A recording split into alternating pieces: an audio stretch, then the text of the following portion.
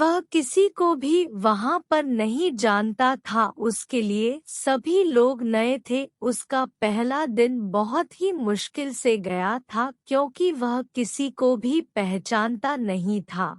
संजीव वैसे तो बहुत अच्छा लड़का था, लेकिन उसने कभी भी किसी से प्यार नहीं किया था। जब उसे प्यार हुआ तो समझ चुका था कि प्यार से बढ़कर कुछ भी नहीं है। वह अपने कॉलेज में हर रोज आया करता था। संजीव बहुत ही कम छुट्टियां लिया करता था। वह तो यही सोचता था कि जितना हम पढ़ सकते हैं उतना ही हमारे लिए वह कम होता है, इसलिए हमें ज्यादा से ज्यादा पढ़ना चाहिए। संजीव रेनू को बहुत पसंद करता था। वह हर रोज देखा करता था और उसी के बारे में सोचा करता था। संजीव पढ़ाई में बहुत अच्छा था, लेकिन वह धीरे धीरे रेनू को पसंद करने लगा था और हर रोज यही सोचा करता था कि उससे कैसे बात की जाए। संजीव का एक दोस्त सुरेश था, वह उसी के साथ बैठा करता था। सुरेश भी लगभग संजीव जैसा ही था, दोनों की उम्र एक जैसी थी। संजीव ने अपनी बात सुरेश से बताई कि वह रेनू को बहुत पसंद करता है, लेकिन सुरेश ने कहा कि हमें पढ़ाई पर ध्यान देना चाहिए।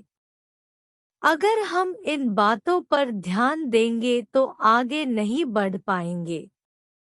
मगर संजीव अब आगे ही बढ़ना चाहता था। संजीव यही सोच रहा था कि किसी भी तरह उससे मुझसे बात की जाए और वह सुरेश की बातों पर ना ध्यान देकर रेनू से बात करने की योजना बना रहा था। और एक दिन संजीव में रेनू से बात करने के लिए आगे बढ़ने की कोशिश की, लेकिन तभी रेनू ने उससे बात करना पसंद नहीं किया क्योंकि वह नहीं जानती थी कि संजीव कौन है।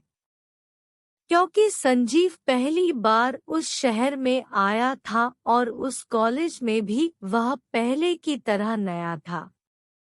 लेकिन धीरे धीरे लगातार कोशिश करने के बाद आखिरकार संजीव ने रेनू से बात करना शुरू कर दिया और रेनू भी संजीव धीरे धीरे पसंद आने लगा। दोनों बातचीत करने लगे।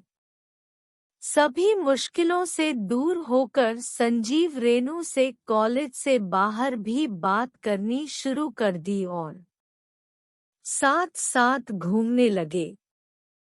इस बात का पता संजीव के दोस्त को लग गया और वह कहने लगा कि तुम्हें ऐसा नहीं करना चाहिए, क्योंकि अगर तुम ऐसा करते हो और कोई देख लेता है तो यह अच्छी बात नहीं होती। लेकिन संजीव उसकी बात मानने को तैयार नहीं था। संजीव की बातें रेनू के साथ चल रही थी, लेकिन धीरे धीरे समय बीतता गया और एग्जाम भी आ गए। उसके बाद सभी लोग एग्जाम की तैयारी करने लगे और जब एग्जाम पूरे हुए तो रेनू को वहां से जाना पड़ा, क्योंकि उसके पापा जिस कंपनी में काम करते थे वहीं दूसरी कंपनी में छोड़कर जाना पड़ा था, जिसकी वजह से संजीव हो रेनू अलग हो गए थे। और संजीव को आज भी यह बात याद आती है कि वह दिन बहुत अच्छे थे जब हम साथ में बातें करते थे। संजीव का प्यार ज्यादा नहीं चल पाया था, लेकिन उसे वह दिन बहुत अच्छे से याद है, जिनको वह बिल्कुल भी भूल नहीं सकता था। संजीव ने जब यह बात अपने दोस्त सुरेश को बताई तो उसके दोस्त ने कहा कि मैंने तो पहले ही कहा था कि तुम्हें ऐसा नहीं करना चाहिए, लेकिन तुम नहीं मान रहे थे। अब वह चली गई है तो अब तुम्हें सोचने की जरूरत नहीं है। अब कुछ भी नहीं हो सकता। संजीव को सुरेश ने बहुत समझाया था कि तुम्हें ऐसा नहीं करना चाहिए था, तुम्हें इस प्यार को आगे नहीं बढ़ाना चाहिए था। जब तुम इसे आगे बढ़ा चुके थे तब तक बहुत देर हो चुकी थी, तुम सुनने को बिल्कुल भी तैयार नहीं थे। अब वह चली गई है तो अब तुम इस बारे में क्यों सोचते हो? सुरेश ने संजीव को बहुत समझाया था कि तुम्हें रेनू से प्यार नहीं करना चाहिए था, लेकिन रेनू से प्यार करके अपनी जिंदगी के खुशी के कुछ पल जो तुम्हारे साथ हो सकते थे वह भी धीरे धीरे कम हो गए हैं। अब तुम ज्यादातर उदास रहते हो, वह वापस नहीं आने वाली है क्योंकि वह यह शहर छोड़कर चली गई है। अब तुम्हें अपना मन पढ़ाई पर लगाना होगा और मैं जानता हूँ कि यह बहुत मुश्किल है, लेकिन तुम्हें यह करना होगा, नहीं तो तुम धीरे धीरे अंदर से टूटते चले जाओगे। संजीव सुरेश की बात धीरे धीरे सुन रहा था। वह जानता था कि सुरेश ने उसे बहुत बार रोका था, लेकिन संजीव सुनने को तैयार नहीं था, जिसके कारण आज उसे यह भुगतना पड़ रहा है। संजीव ने सुरेश से कहा कि मुझे इस तरह अपना मन उदास नजर आता है, मुझे तुम ऐसा उपाय बताओ जिससे कि मैं यह समस्या दूर कर सके। सुरेश ने कहा कि धीरे धीरे तुम्हें भूलना होगा, उन यादों को भी धीरे धीरे मिटाना होगा जो तुमने साथ में बनाई थी, क्योंकि अगर वह यादें तुम्हारे साथ चलते रहेंगे तो तुम जीवन में उदास रहोगे। तुम्हें यह उदासी भी दूर करनी होगी, अपना मन काम में लगाना होगा, अपनी पढ़ाई में लगाना होगा। संजीव सुरेश की बात सुन रहा था, लेकिन आसान नहीं था। वह जानता था कि अगर वह भूलना भी चाहे तो जल्दी से वह भुला नहीं सकता था। अब क्या करे, अब तो वे अफसोस ही कर सकता है। सुरेश ने कहा कि तुम्हें ज्यादा से ज्यादा समय अपना पढ़ाई पर देना होगा, तभी तुम कुछ कर सकते हो। धीरे धीरे यह वक्त भी बीत जाएगा और तुम उन यादों को भी धीरे धीरे भुला दोगे। इसमें समय का इसमें बहुत बड़ा हाथ है। प्यार करना आसान होता है, मगर जब यह प्यार टूट जाता है तो बहुत दुख होता है। इसलिए प्यार करने से पहले बहुत बार सोचना चाहिए, क्योंकि यह तुम्हें उदासी की ओर ले जाता है। नीतीश को भी उसके पिता ने एक दुकान पर काम करवाने के लिए लगवाया था। नीतीश उसी दुकान पर हर रोज सुबह पहुंच जाता और शाम तक काम करता, और कोई जगह नीतीश को समझ नहीं आ रही थी जहां पर अच्छा काम मिल सके, इसलिए मजबूरी में वही काम करता रहता। समय भी कहाँ रुकता है। धीरे धीरे काफी समय बीत गया पर पारिवारिक सुधार हो ही नहीं पा रहा था। दोनों पिता और बेटा मेहनत तो करते पर सुधार नहीं होता है।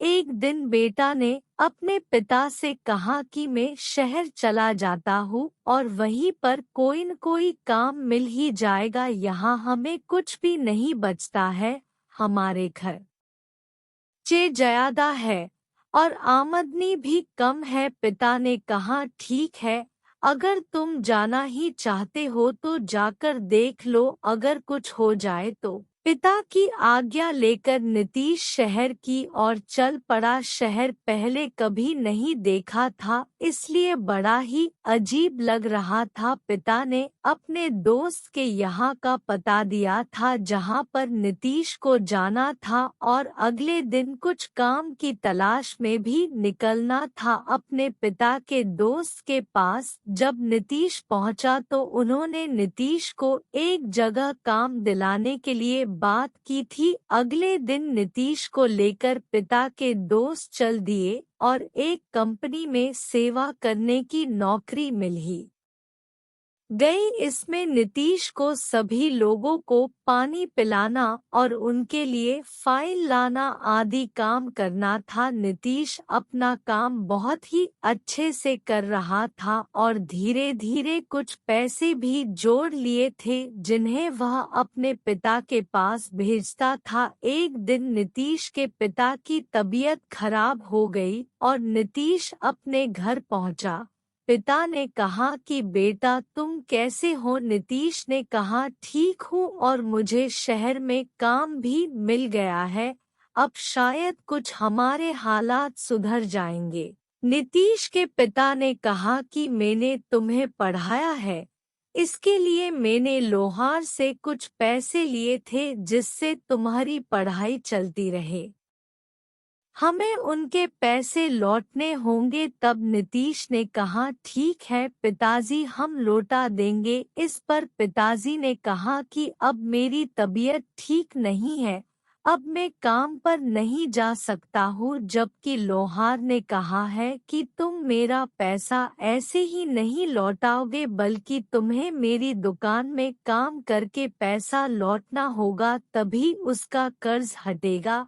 पिताजी से कुछ भी सवाल किए बिना नीतीश अपने पिताजी की जगह काम पर चला गया। शायद ही ऐसा कोई लड़का होगा जो सवाल नहीं करेगा, बल्कि हम यहाँ पर नीतीश को आज्ञाकारी लड़का मानते हैं जिसने अपने पिताजी से कुछ भी नहीं पूछा और काम करने चला गया। शायद यही सच्चा प्यार है। अगर आपको यह कहानी पसंद आई है तो आगे भी शायर करें और हमें भी बताएं।